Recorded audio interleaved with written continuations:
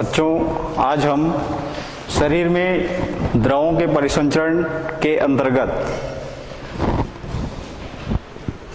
हृदय ध्वनियों, ईसीजी, रुधिर वाहिनियों और धमनी, मनुष्य का जो धमनी तंत्र है ना, उसके बारे में और हृदय की धड़कन का नियमन किस प्रकार होता है इसके बारे में अध्ययन करेंगे। इससे पहले हृदय धड़कन की उत्पत्ति कैसे होती है ना, और उसका कंडक्शन कैसे होता है और हृदय चक्र क्या है, ये आपने पढ़ लिया है। सबसे पहले हम देख लेते हैं हृदय ध्वनियां।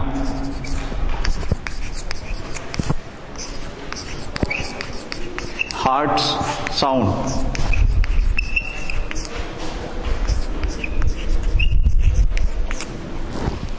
हमारे हृदय में शरीर के विविध अंगों से रुधिर को कलेक्ट करके हृदय में लाया जाता है और हृदय से उस रुधिर को जो है शरीर के विविध अंगों तक फिर से परिसंचरण तंत्र के माध्यम से सर्कुलेट कर दिया जाता है ना।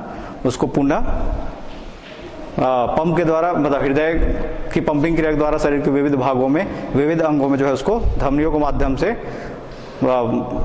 परिसंचरित कर दिया जाता है। ठीक है, तो जैसे ही हृदय में रुधिर आता है ना, और आकर जो चेंबर्स हैं, 4 कोष्ठ हैं, उन कोष्ठों पर जब रुधिर भरता है ना, तो उसके परिणाम स्वरूप आलिंद और निलय के बीच जो पाए जाने वाले जो कपाट होते हैं वो खुलते हैं और बंद होते हैं।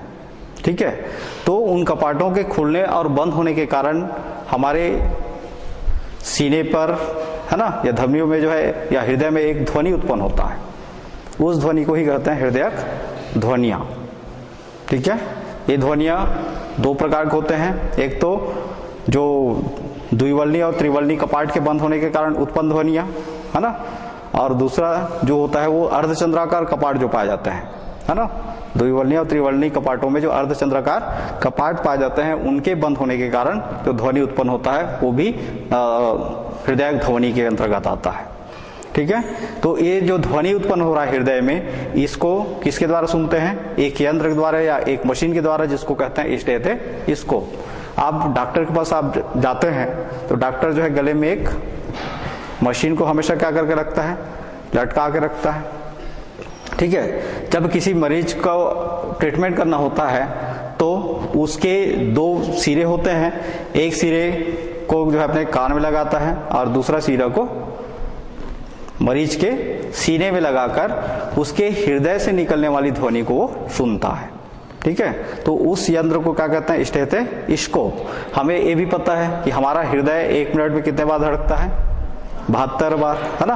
तो साउंड्स को भी सुनता है।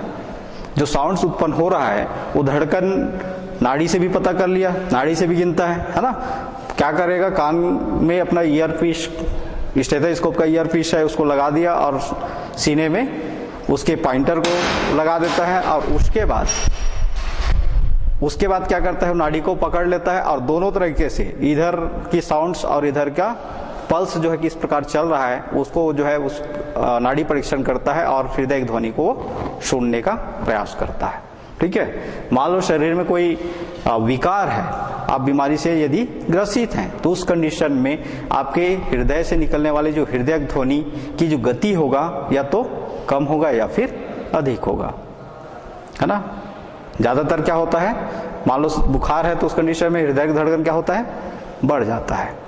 ठीक है, या किसी को किसी बात से अगर डर लग रहा है, किसी व्यक्ति को जो है किसी बात से या किसी वस्तु से, किसी चीज से यदि डर लगता है तो उस कारण भी उसके हृदय की जो धड़कन है वो बढ़ जाता है।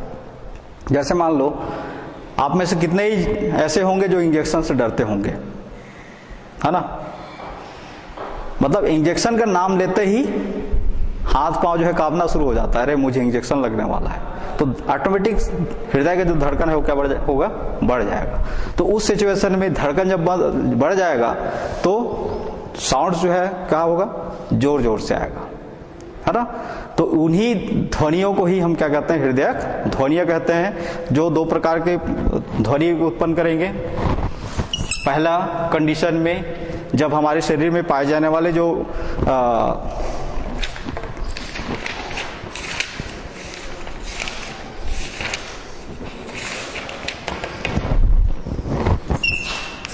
प्रथम हृदयक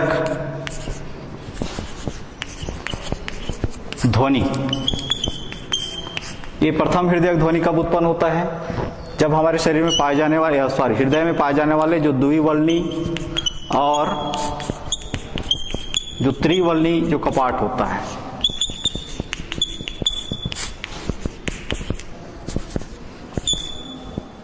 द्विवल्नी और त्रिवल्नी जो कपाट होता है वो बंद होता है उस समय।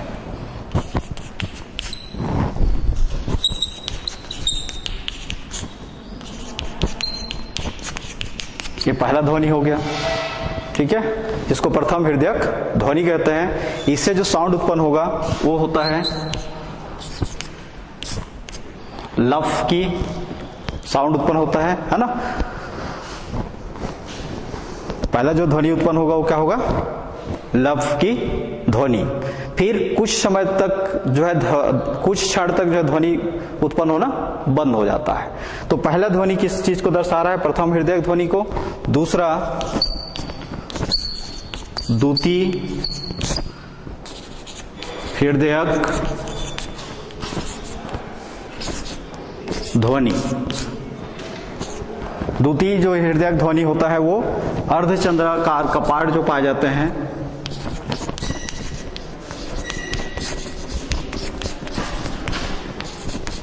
अर्धचंद्राकार जो कपाट पाए जाते हैं उनके बंद होने के कारण उत्पन्न होता है। और ये ध्वनि किस प्रकार का आएगा? उसका जो साउंड आएगा वो डप, अर्थात लफ डप लफ डप ऐसा जो है साउंड उत्पन्न होता रहता है, ठीक है।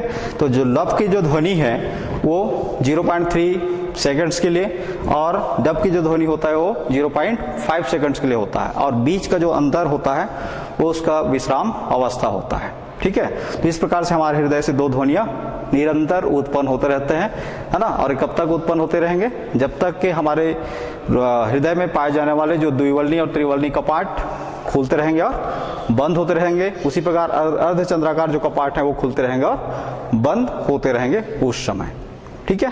तो इसी का परीक्षण जो है डॉक्टर जो है स्टेथोस्कोप के द्वारा कर लेता है, और स्टेथोस्कोप द्वारा इसका परीक्षण करके शरीर में उपस्थित रोगों का, मतलब कोई व्यक्ति जो है अस्वस्थ है तो उसकी अस्वस्थता का जो है वो कारण जानने का प्रयास करता है।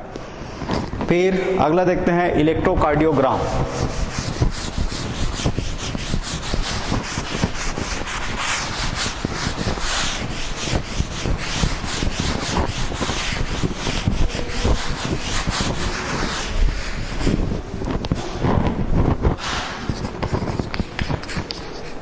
इलेक्ट्रोकार्डियोग्राम।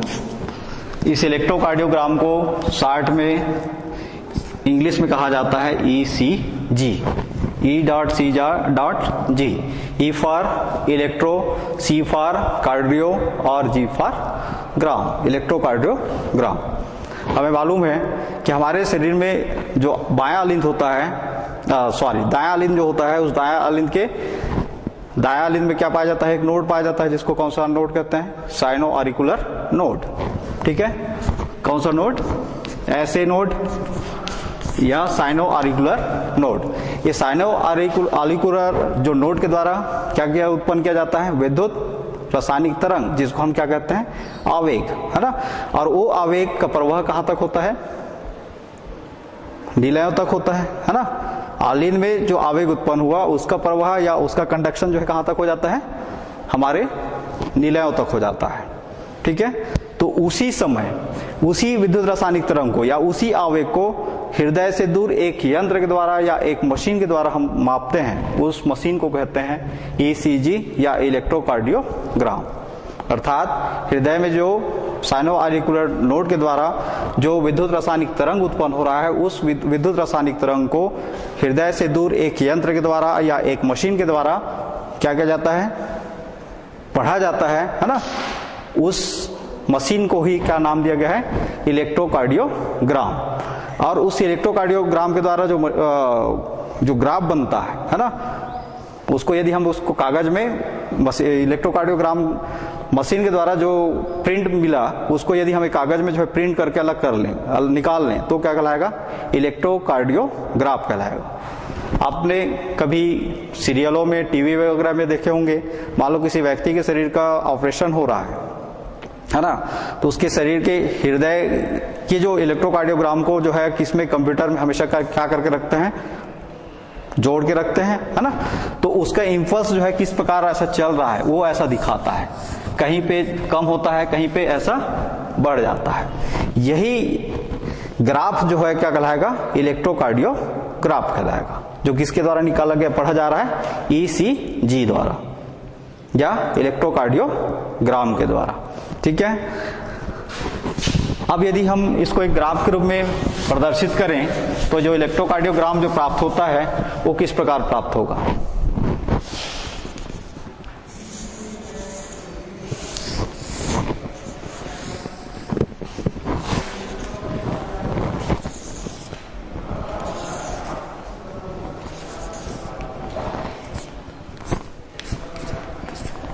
यहां पर इस प्रकार का एक ग्राफ मिलता है ना, जिसमें से ये स्थिति को कहा जाता है P, एक स्थिति होता है Q, ये होता है R, ये होता है S और ये होता है T, है ना।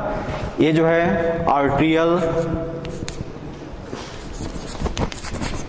एक्टिविटीज को प्रदर्शित करता है।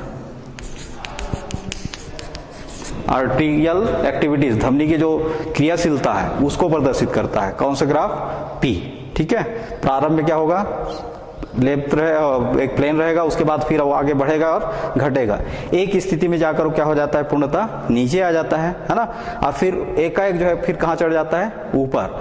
तो ये जो स्थिति बिंदु P और Q किस चीज को दर्शा रहा है? हमारे साइनो ऑरिकुलर नोड के द्वारा जो आवेग उत्पन्न किया गया उस आवेग को प्रदर्शित करता है। ठीक है। फिर Q और R और S T, है ना, R और S, ये दोनों जो है क्या हुआ? एक बार बहुत ऊपर चढ़ गया, फिर से ग्राफ कहाँ गया? नीचे आ गया। तो दूसरा नोड हमारे शरीर में कहाँ पाया जाता है? जो आलिंद और निलय होते हैं उसके बीच क्या पाया जाता है? सेप्टा, है ना। और सेप्टा के बीच एक और नोड होता है जिसको क्या नोड कहते हैं? AV node. AV नोड मतलब आरिकुलो वेंट्रिकुलर नोड। उसके द्वारा क्या तैयार किया जाता है? विद्युत रासायनिक तरंग या आवेग, है ना। वो आवेग बंडल ऑफ हिंज के द्वारा क्या होता है? जो निलयों के पार्श्व हिस्से से जो है उसके पार्श्व हिस्से से निलयों को, आवेग को कंडक्ट करता है। तो उसी चीज को दर्शाता है R और S। ठीक है। और T जो है आपके शरीर में जो वेंट्रिकुलर एक्टिविटीज होता है, वेंट्रिकुलर अर्थात आपके शरीर में जो वेन्स होते हैं या शिराएं होती हैं उसकी कंडीशंस क्या है, उसमें किस प्रकार से रुधिर का प्रवाह हो रहा है उसको कंडक्ट करने का उसको प्रदर्शित करता है। तो इस प्रकार से इस ग्राफ को हम कहेंगे इलेक्ट्रोकार्डियोग्राफ। ये जो हमेशा हमारे शरीर में इसकी मतलब क्रियाएं हो रही हैं, चूंकि शरीर में इसको नहीं जांचा जा सकता, इसलिए क्या किया जाता है? इसको हृदय से दूर किसी ऑपरेटर में या किसी मशीन में इसको पढ़ा जाता है ना। इसी घटना को कहते हैं ECG या इलेक्ट्रोकार्डियोग्राम। अगला देख लेते हैं हृदय के कार्यों का नियमन।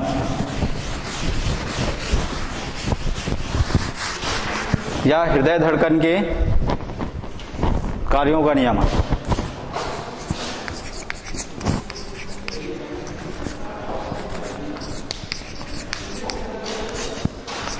हृदय धड़कन का नियमन हमारे शरीर में जो हृदय रुधिर परिसंचरण तंत्र का प्रमुख क्या होता है? अंग होता है। ठीक है। जितने भी ऑर्गेनल सिस्टम है, अंग तंत्र है, उसमें एक प्रमुख अंग तंत्र होता है। तो उसी प्रकार रुधिर परिसंचरण तंत्र का प्रमुख अंग कौन है? हृदय है। ठीक है। तो हृदय की क्रियाओं का, हृदय में कौन सा चक्र चलता है? कार्डियक चक्र चलता है। कार्डियक चक्र क्या होता है इसके बारे में आपने पढ़ लिया है। आलिंदों का संकुचन, निलयों का संकुचन और निलयों का शिथिलन। इस क्रिया को जो है मुख्य रूप से 3 प्रकार से नियंत्रित किया जाता है, या उसका नियंत्रण जो है कितने विधियों से किया जा सकता है? 3 तरीके से।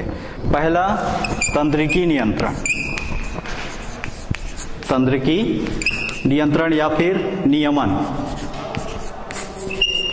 तंत्रिकी नियमन के अंतर्गत हमारे शरीर में जो मेडुला ऑब्लांगाटा है, जिसकी स्थिति कहां पर है, ये हमारा पश्चिम मस्तिष्क है, पश्चिम मस्तिष्क के नीचे, है ना, मतलब पश्चिम मस्तिष्क वाला जो भाग होता है ना, वहीं पर क्या पाया जाता है, मेडुला ऑब्लांगाटा। वो मेडुला ऑब्लांगाटा में एक कार्डियक केंद्र पाया जाता है। कौन सा केंद्र, कार्डियक केंद्र। एक कार्डियक केंद्र के द्वारा बहुत सारे तंत्रिकाएं निकली हुई होती हैं जो हृदय के कार्यों को नियंत्रित करने का कार्य करता है। तो इसमें से जो कार्डियक केंद्र से दो प्रकार के शाखाएं निकलती हैं, है ना, एक तो कार्डियक निरोधक और दूसरा कार्डियक त्वरक। कार्डियक निरोधक का मतलब जो हृदय की धड़कन जो है यदि तेज हो रहा है तो उसको क्या करके रखेगा, वो कंट्रोल करके रखेगा, है ना, और दूसरा त्वरक का मतलब होता है जो हृदय की धड़कन यदि कम हो रहा है तो उसको क्या करेगा, वो बढ़ाकर रखेगा, मतलब बैलेंस करके रखेगा। तो इस प्रकार से तंत्रिकी नियंत्रण के अंतर्गत कार्डियक जो केंद्र होता है ना, कहां पर, मेडुला ऑब्लांगाटा में। वो मेडुला ऑब्लांगाटा में जो कार्डियक केंद्र होता है उसके द्वारा हृदय के जो धड़कन की जो क्रियाविधि है उसको नियंत्रित किया जाता है। दूसरा, हार्मोनल नियंत्रण।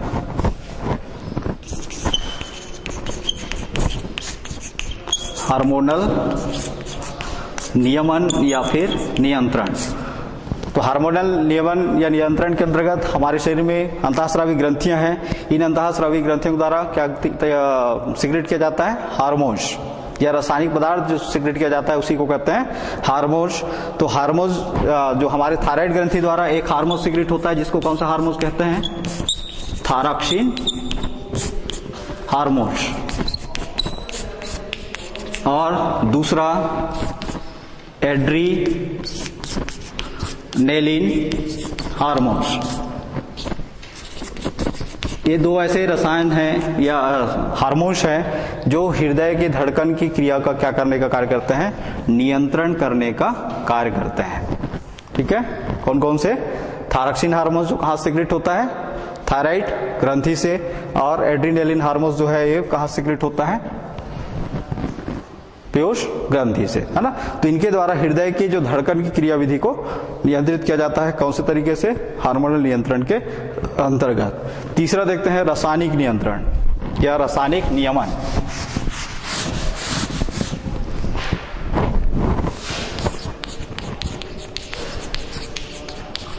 रासायनिक नियमन, तो इसके अंतर्गत शरीर में होने वाले जो उपापचय क्रिया है उस उपापचय क्रिया को विभिन्न प्रकार के रसायनों द्वारा नियंत्रित करके शरीर में कार्बन डाइऑक्साइड और शरीर के जो ब्लड है उसका पीएच वैल्यू, पीएच मान को क्या करके रखते हैं, स्थिर करके रखते हैं, है ना। पीएच मान कितना होना चाहिए ब्लड का, 7.4। तो उसको जो है नियंत्रित करके रखा जाता है तो ऑटोमेटिक हृदय की धड़कन जो है नियंत्रित रहता है। ठीक है, और किसी कारणवश शरीर में कोलेस्ट्रॉल की मात्रा या किसी अनावश्यक रासायनिक पदार्थ की मात्रा शरीर में बढ़ जाए तो पीएच मान क्या होगा, परिवर्तित हो जाएगा। और जब पीएच मान परिवर्तित हो जाएगा तो हृदय की धड़कन भी क्या होगा, बढ़ जाएगा। ठीक है, तो इनकी मात्रा यदि बैलेंस्ड है, नियंत्रित है, तो ऑटोमेटिक हृदय की जो क्रियाविधि है वो नियंत्रित रहेगा। इसके अलावा हमारे शरीर में एक और विशिष्ट रसायन सिक्रेट किया जाता है, एसिटिल कोलिन। ये एसिटिल कोलिन नामक जो रासायनिक पदार्थ है ये भी शरीर के जो हृदय की क्रियाविधि का क्या करता है, नियमन करने का कार्य करता है। ठीक है, इसके बारे में आपने तंत्रिका तंत्र के अंतर्गत पढ़ा है। ठीक है, ये कहाँ बनता है, जहां पर युग्मन अनुबंध बनता है वहीं पर। ठीक, तो ये जो है शरीर के हमारे शरीर में पाया जाने वाला जो हृदय है उस हृदय की क्रियाविधि पर भी नियंत्रण करने का कार्य करता है। तो इस तरीके से क्या हो गया, हृदय के कार्यों का नियंत्रण या नियमन। अगला देखते हैं रुधिर वाहिनियां।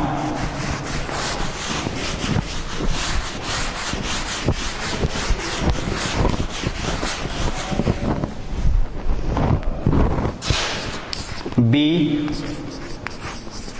रुधिर वाहिनियां या फिर इन्हीं को लिख सकते हैं हम रुधिर वाहिकाएं। ठीक है, ब्लड वेसल्स या रुधिर वाहिकाएं। हमारे शरीर में हृदय से रुधिर को शरीर के विविध अंगों तक पहुंचाने के लिए किस प्रकार की रुधिर वाहिकाएं पाई जाती हैं, जो सारी शरीर के अंदर पाए जाते हैं उनको हम क्या कहते हैं, धमनी कहते हैं। और शरीर के विविध अंगों में जो अशुद्ध रक्त है, उस अशुद्ध रक्त को वापस हृदय तक लाने के लिए जो वाहिकाएं पाई जाती हैं उनको हम कहते हैं शिराएं। अर्थात हमारे शरीर में ये रुधिर वाहिकाएं कितने प्रकार के हो गए, मुख्य रूप से 3 प्रकार के होते हैं, है ना। क्या क्या, एक तो धमनियां, दूसरा शिराएं, और तीसरा होता है केशिकाएं, कैपिलरीज। ये 3 ऐसे रुधिर वाहिकाएं हैं जिसके द्वारा शरीर में धमनी रुधिर को जो है हृदय से लेकर शरीर के विविध अंगों तक पहुंचाया जाता है और विविध अंग से वापस हृदय तक रुधिर को लाया जाता है। ठीक है, तो ये तीनों जो है क्या करते हैं, सम्मिलित रूप से कार्य करते हैं। मतलब तीनों जो है आपस में मिलकर रुधिर को हृदय से शरीर के अंगों की ओर पहुंचाते हैं। चलिए इसको आप नोट कर लीजिए। ये रुधिर वाहिकाओं के अंतर्गत अब हम देख लेते हैं एक एक का डिटेल्स, है ना। धमनी क्या है, शिरा क्या है और केशिकाएं क्या है। तो सबसे पहले हम देखते हैं धमनियां, आर्टरीज। धमनियों को इंग्लिश में क्या कहते हैं, आर्टरीज। तो वे रुधिर वाहिकाएं जो हृदय से शुद्ध रुधिर को या ऑक्सीजन युक्त रुधिर को शरीर के विविध अंगों तक पहुंचाने का कार्य करते हैं, उन रुधिर वाहिकाओं को क्या नाम दिया गया है, धमनियां नाम दिया गया है, आर्टरीज नाम दिया गया है। ठीक है, ये धमनियां आगे चलकर बहुत पतले पतले शाखाओं में फिर से क्या होते हैं, विभक्त हो जाते हैं, विभाजित हो जाते हैं। उन पतले शाखाओं को धमनिका कहा जाता है ना। जो बड़ी धमनी है, मतलब बड़ी वाहिका है, वो क्या कहलाएगा, धमनी, है ना। सबसे बड़ी जो धमनी जो हृदय से निकला हुआ है वो कहलाता है महाधमनी। हमें मालूम है कि हमारे शरीर में 2 महाधमनियां हैं। क्या क्या, एक तो सिस्टेमिक या दैहिक महाधमनी, और दूसरा पल्मोनरी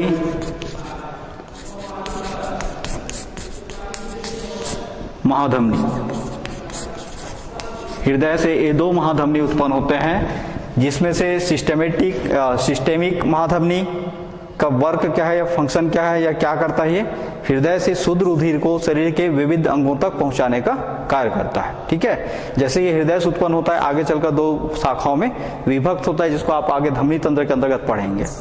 इसमें हमेशा कौन सा रक्त बहता है, शुद्ध रक्त। और दूसरा होता है पल्मोनरी धमनी। तो पल्मोनरी धमनी जो होता है वो आगे चलकर क्या होता है, 2 शाखाएं बनाता है ना। 2 शाखा में विभक्त हो जाता है और दोनों ओर, हृदय के दोनों ओर जो फेफड़े हैं, दायां फेफड़ा और बायां फेफड़ा, दोनों फेफड़ों में जो है अशुद्ध रक्त को पहुंचाने का कार्य करता है। ठीक है, ये जो धमनियां होती हैं, इन धमनियों पर हमेशा रुधिर जो है हृदय के पंपिंग क्रिया के द्वारा क्या होता है, रुक रुक कर और दाब के साथ बहता है। ठीक है, फिर धमनी के जो दीवार होते हैं वो मोटे होते हैं। धमनी के जो दीवार है वो मोटा होता है और उसकी जो गुहा होती है वो पतली होती है ना। दीवार मोटा होता है, क्यों मोटा होता है, क्योंकि वो संयोजक और फिर बहुत सारे आरेखित पेशियों और फाइबर्स या इलास्टिन तंतुओं से मिलकर बने हुए होता है ना। रुधिर की जो धमनियां होती हैं वो इलास्टिन तंतुओं से मिलकर बने हुए होते हैं। चूंकि इलास्टिन तंतुओं की मात्रा अधिक होता है, जिसके कारण उसका दीवार जो होता है वो मोटा होता है। और दीवार मोटा होने के कारण या और फिर उसकी गुहा जो है संकरा होने के कारण उसमें यदि किसी क्षण रुधिर ना भी रहे, तब भी धमनियां आपस में पिचकती नहीं है, आपस में चिपकती नहीं है। समझ में आ गया ना। और यदि धमनी की दीवार जो है पतला हो जाए या उसकी गुहा जो है चौड़ा हो जाए, तो उसका कंडीशन क्या हो सकता है, धमनियों की दीवार आपस में चिपक सकता है ना। फिर धमनी की दूसरी विशेषता यह है कि धमनी की जो दीवार जो है मोटी हो गया, है ना, गुहा पतली हो गया, इसके साथ साथ इसमें किसी भी प्रकार के कोई कपाट नहीं पाया जाता। धमनियों में क्या नहीं पाया जाता, कपाट नहीं होता।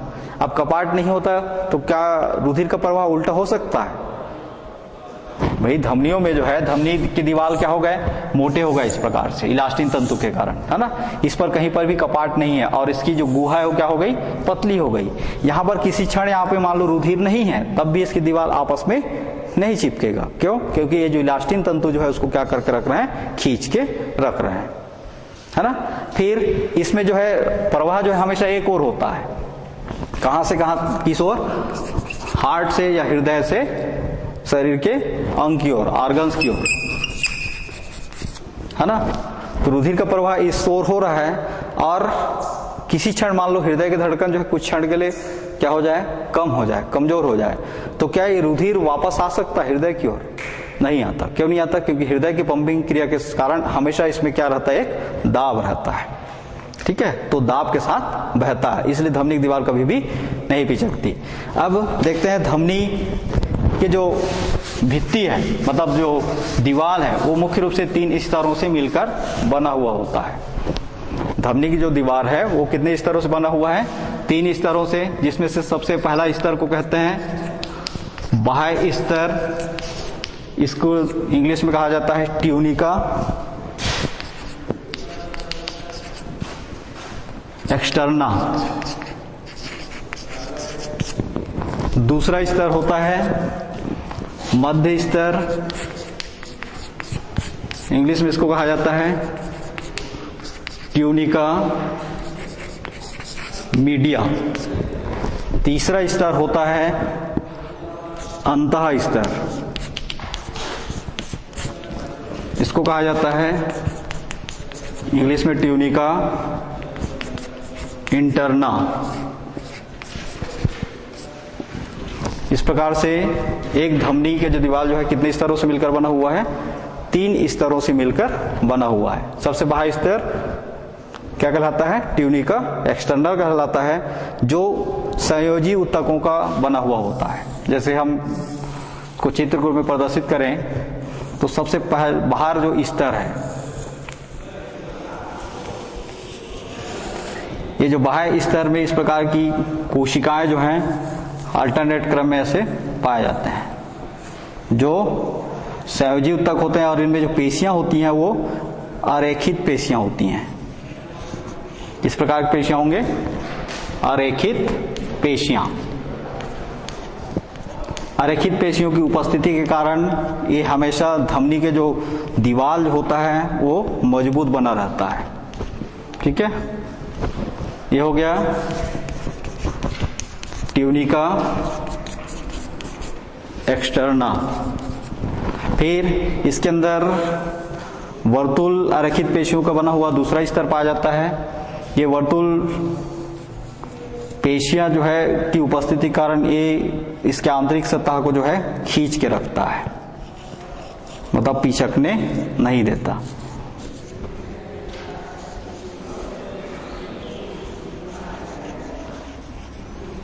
और ये हृदय का मध्य स्तर कहलाता है। मध्य स्तर या इसी स्तर को हम कहते हैं ट्यूनिका मीडिया। और इसके अंदर साइड आंतरिक सतह पर एक इलास्टिन तंतु का या एंडोथेलियम कोशिकाओं का बना हुआ अगला स्तर होता है, जिसमें इलास्टिन तंतु की मात्रा पर्याप्त बनी रहती है। इसको कहते हैं इसका अंतः स्तर या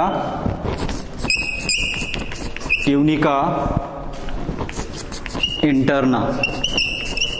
इस प्रकार से हमारा जो धमनी होता है वो धमनी की दीवार 3 स्तरों से मिलकर बना हुआ है, ठीक है।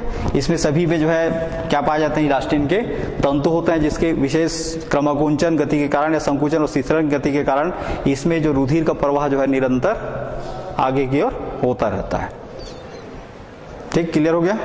अब दूसरा रुधिर वाहिका देखते हैं, शिराएं।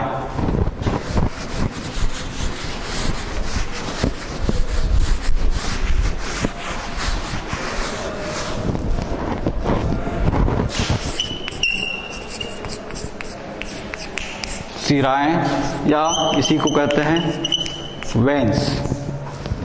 वे रुधिर वाहिकाएं जो शरीर के विविध अंगों में बने हुए अशुद्ध रक्त को शरीर के अंगों से हृदय तक लाने का कार्य करते हैं। ऐसे रुधिर वाहिकाओं को क्या नाम दिया गया है? शिराएं या वाहिकाएं।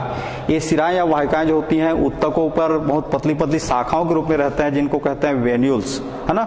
वही वेन्यूल्स आगे चलकर बड़ी बड़ी शाखाओं में बड़ी बड़ी शाखाएं बनाती हैं। उन बड़ी शाखाओं को वेन्स कहते हैं।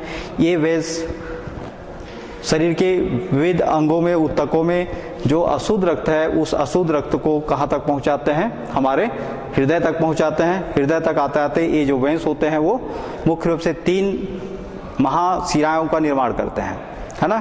कौन कौन से महाशिरा? अग्र महाशिरा, पश्च महाशिरा, है ना। आगे चलकर कौन कौन से महाशिरा बनता है? अग्र महाशिरा, जिसको कहते हैं फ्री केवल, है ना।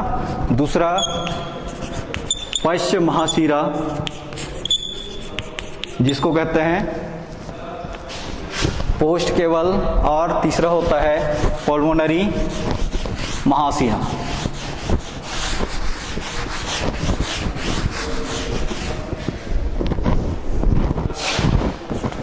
पहला, दूसरा और तीसरा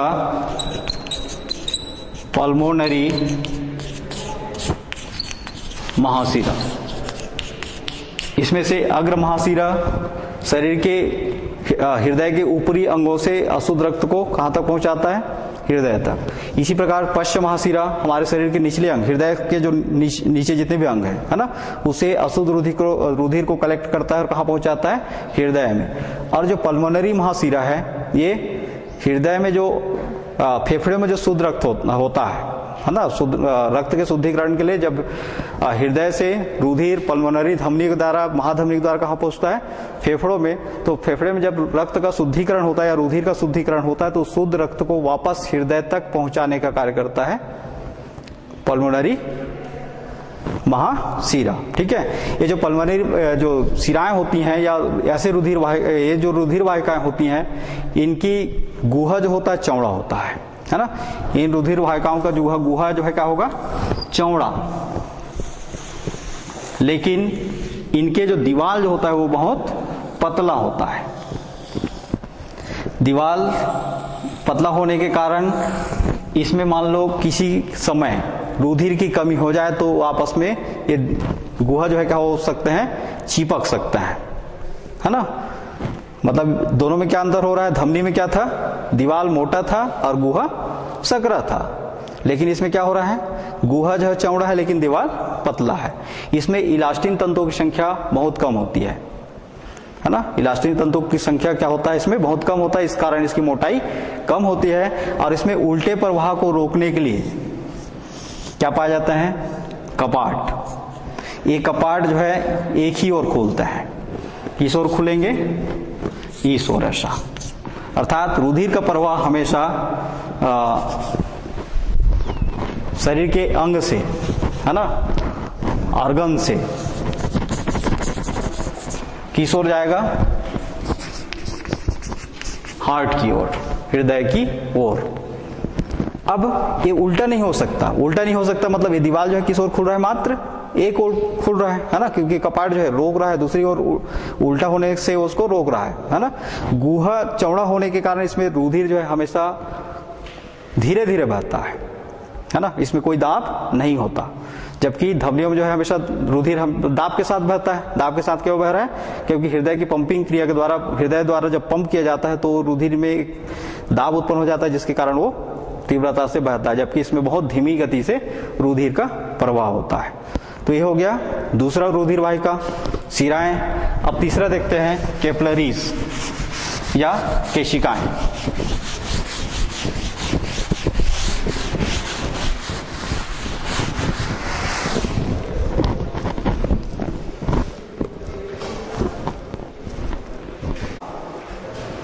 अगला रुधिर वाहिका देखते हैं, तीसरा,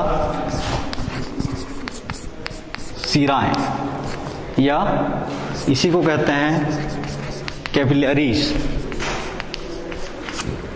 ये केशिकाएं जो होती हैं, ये रुधिर जो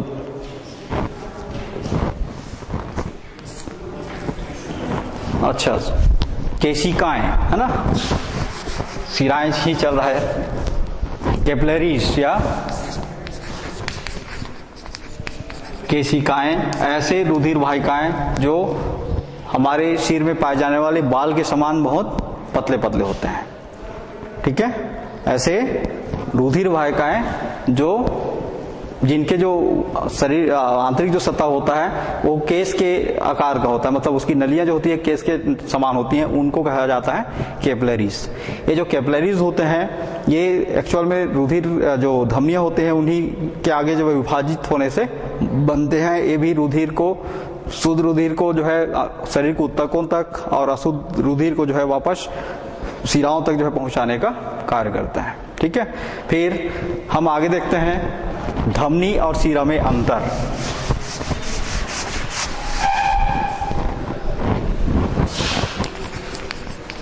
धमनी और शिरा में अंतर। तो पहला अंतर, धमनियां जो होती हैं उसमें हमेशा शुद्ध रक्त बहता है, शिराओं में हमेशा अशुद्ध रक्त बहता है। अपवाद क्या है? पल्मोनरी महाधमनी और पल्मोनरी महाशिरा। ठीक है, धमनियों की दीवार मोटी होती हैं और गुहा संकरी होती हैं, शिराओं की दीवार पतले होते हैं और गुहा चौड़ी होती है। धमनियों में रुधिर जो है दाब के साथ बहता है, जबकि शिराओं में रुधिर जो है धीमी गति से बहता है। ठीक है, धमनियों में कपाट नहीं पाया जाता, जबकि शिराओं में कपाट पाया जाता है ना। ये जो कपाट जो शिराओं में पाया जाता है वो रुधिर के उल्टे प्रवाह को रोकने का कार्य करता है।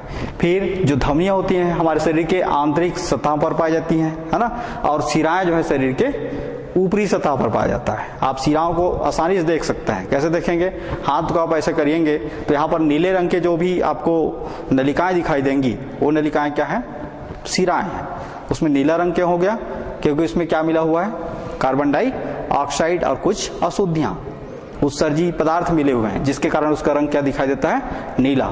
जबकि जो धमनियां होंगी वो हमको बाहर से दिखाई नहीं देते, है ना, लेकिन कहीं पर कट जाता है, छिल जाता है तो वहां पर त्वचा के अंदर जैसे खुलेगा तब वहां पे लाल रंग के नलिकाएं दिखाई देंगे। वो नलिकाएं क्या होते हैं? धमनियां होते हैं। कहने का मतलब यह है कि धमनियां शरीर के आंतरिक सतह पर होता है और शिराएं जो है शरीर के ऊपरी सतह पर होता है। ठीक है, तो ये हो गया धमनी और शिरा में अंतर। अब हम देखते हैं धमनी तंत्र।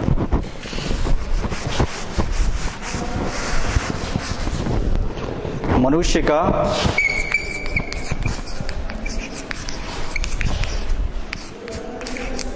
धमनी तंत्र। मनुष्य में शरीर के हृदय से शरीर के विविध भागों में शुद्ध रुधिर को पहुंचाने के लिए बहुत सारे धमनियां पाई जाती हैं, है ना। इन धमनियों को आपस में मिला दिया जाए तो एक तंत्र बनता है जिसको हम कहते हैं धमनी तंत्र। ये धमनी तंत्र मुख्य रूप से दो महाधमनियां बनाती हैं। पहला दैहिक या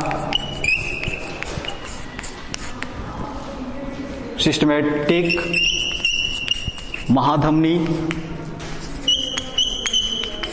और दूसरा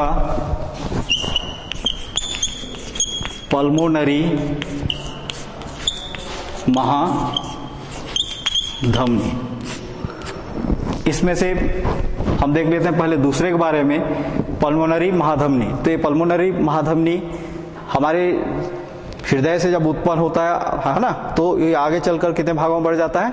दो भागों में बढ़ जाता है। और दो भागों में बढ़कर हृदय को जो है अपने अपने ओर उपस्थित जो हृदय को या फेफड़ों को जो है रक्त को, अशुद्ध रक्त को कहाँ छोड़ता है? फेफड़ों में ले जाकर छोड़ता है। अर्थात पल्मोनरी महाधमनी आगे चलकर दो शाखाएं बनाया और दोनों शाखाएं कहाँ गए? दोनों फेफड़े में, है ना, दायां फेफड़े और बायां फेफड़े में। और कौन से रक्त को पहुंचाए? वो अशुद्ध रक्त को। यही एक अपवाद है धमनी और शिरा में। ठीक है, दूसरा दैहिक या सिस्टेमिक महाधमनी। तो ये जो दैहिक या सिस्टेमिक महाधमनी जो होता है वो शरीर हृदय से जब उत्पन्न होता है ना, तो जैसे ही हृदय से उत्पन्न होगा वो आगे चलकर शाखाओं में विभक्त हो जाता है ना। कुछ उसकी ऊपरी शरीर के ऊपरी अंगों की ओर और जो है बाएं से मुड़कर वो शरीर के निचले अंगों की ओर विभाजित हो जाता है। और शरीर के निचले भाग में जब वो बाईं ओर से घूमकर आगे चलता जाता है तो पैरों पर जाकर फिर से दो शाखाओं में विभाजित हो जाता है, जो जिसको कार्डियक इलियक के नाम से जानते हैं। कार्डियक इलियक धमनियां। एक कार्डियक इलियक धमनियां आगे आपके पैरों में उपस्थित जो उंगलियां हैं, है ना, उंगली की उत्तकों तक क्या करेगा, रुधिर को पहुंचाने का कार्य करेगा। इसी प्रकार जो सिस्टमिक महाधमनी का जो ऊपरी भाग है, ऊपर जो विभाजित हुआ है ना, वो शरीर के ऊपरी अंगों में अर्थात मस्तिष्क तक रक्त को क्या करेगा, सप्लाई करेगा। इसके अलावा वो बाईं ओर से मुड़कर आपके हाथ की उंगलियों तक, फिर आपके जितने भी अंतरांग हैं उन अंतरांगों तक रुधिर को ब्रैंकियल, बेजेंट्रिक, रीनल, है ना, इत्यादि धमनियों के माध्यम से पहुंचाने का कार्य करता है। अब देखते हैं, क्योंकि पल्मोनरी धमनी एक ही है, ठीक है, जिसके आगे चलकर कितने शाखाएं हो गए, 2 शाखाएं हो गए और दोनों फेफड़ों को चले गए। लेकिन जो दैहिक या सिस्टमिक महाधमनी जो होता है वो बहुत सारे धमनियों में आगे चलकर विभाजित हो जाता है, जिनको हम निम्नलिखित धमनियों के नाम से जानते हैं। क्या क्या? पहला इंटर कॉस्टल धमनी, इंटरकॉस्टल धमनी या इंटरकॉस्टल धमनियां लिख सकते हैं, क्योंकि एक से अधिक की संख्या में पाया जाता है ना, इंटरकॉस्टल धमनियां। इनकी जो संख्या होता है 5 से 7 जोड़ी होता है ना, इनकी जो संख्या होता है वो कितना होता है, 5 से 7 जोड़ी। और ये हमारे शरीर के किन अंगों को रुधिर सप्लाई करने का कार्य करता है? वक्षी गुहा में जितने अंग हैं, वक्षी गुहा में जितने अंग हैं, अर्थात हमारे पसलियां हो गए, है ना, और शरीर की जितने भी मसल्स हैं उसमें रुधिर को सर्कुलेट करने का कार्य करता है। दूसरा है फ्रेनिक धमनियां, फ्रेनिक धमनियां। ये जो फ्रेनिक धमनी होती है इसकी एक जोड़ी उत्पन्न होता है हृदय से, जो बाईं ओर सिस्टमिक धमनी जो है आगे शाखाएं बना रहा है उसमें से, है ना, और एक जोड़ी जो धमनी उत्पन्न हुआ वो हमारे शरीर में जो हृदय के नीचे क्या है, डायाफ्राम है ना, उस डायाफ्राम में रुधिर को सर्कुलेट करने का कार्य करता है। कौन? फ्रेनिक धमनी। कितने जोड़ी हैं? एक जोड़ी। अगला सिस्टमिक धमनी के अंतर्गत तीसरा धमनी देख लेते हैं,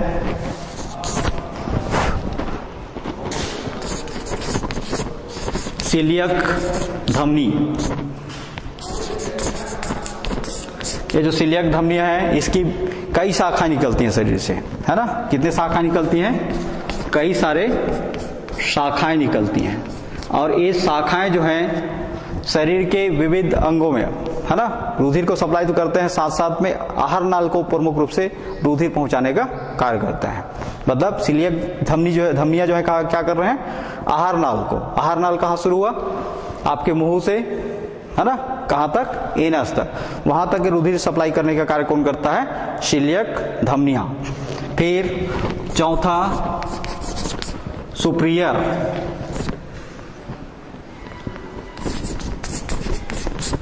धमनियां। ये जो सुप्रियर जो धमनियां होती हैं, है ना, ये मुख्य रूप से हमारे शरीर में जो उपस्थित जो आंत होता है उस आंत को रुधिर सप्लाई करने का या सर्कुलेट करने का कार्य करता है, ठीक है। इसके अलावा पांचवा रीनल धमनी, रीनल धमनी, इसकी हमारे एक शरीर में जो है हृदय से या जो सिस्टमिक धमनी से जो है एक जोड़ी बाहर निकलता है, एक जोड़ी निकलता है ना, जो हमारे दोनों किडनियों को, वृक्कों को क्या करने का कार्य करता है? रुधिर पहुंचाने का कार्य करता है। अर्थात शुद्ध रुधिर रीनल धमनी किसको पहुंचाएगा? वृक्कों को, है ना, दोनों वृक्क को। इसके अलावा अगला धमनी देखते हैं, छठवां ओवेरियन या टेस्टिकुलर।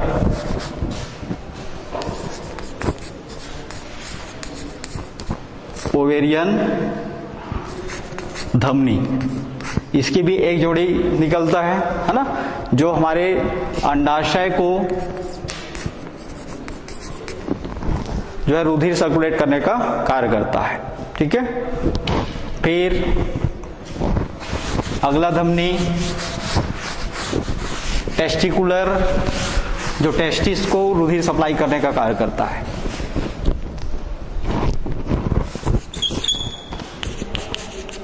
टेस्टिकुलर धमनी जो किसको रुधिर सप्लाई कर रहा है, वृषण को या टेस्टिस को। ठीक है, फिर अगला धमनी है ये इंफीरियर धमनी, इसकी भी एक जोड़ी शरीर से हृदय से की जो सिस्टेमिक धमनी है उससे उत्पन्न होता है ना, और ये हमारे शरीर में उपस्थित जो मलाशय होता है। ठीक है, इसके अलावा उदर जो गुहा होता है, उस उदर गुहा में और मलाशय में जो है रुधिर सप्लाई करने का, सर्कुलेट करने का कार्य करता है। और फिर लास्ट है संयुक्त इलियक धमनियां। ये जो संयुक्त इलियक धमनियां जो हैं हमारे शरीर में पैरों को जो है रुधिर सर्कुलेट करने का कार्य करते हैं। मतलब रुधिर किसको पहुंचाएगा, ये पैरों को।